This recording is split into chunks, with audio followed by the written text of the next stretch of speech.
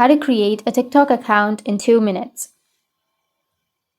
So if you want to create a TikTok account in 2 minutes, then first make sure that you've installed the TikTok application. To install, you can go with your App Store or your Play Store and you need to search for TikTok.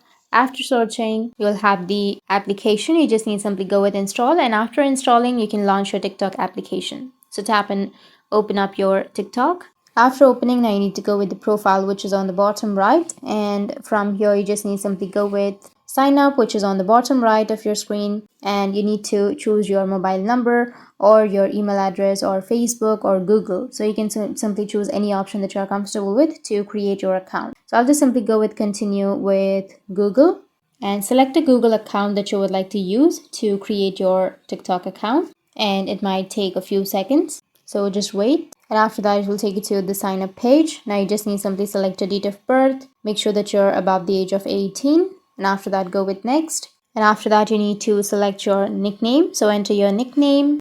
After that, go with continue, and that's it. Your account has been created. Now you can go with your profile, and that's it. That's how you can create your TikTok account in just 2 minutes. And if you have any questions, feel free to comment below. Thanks for watching.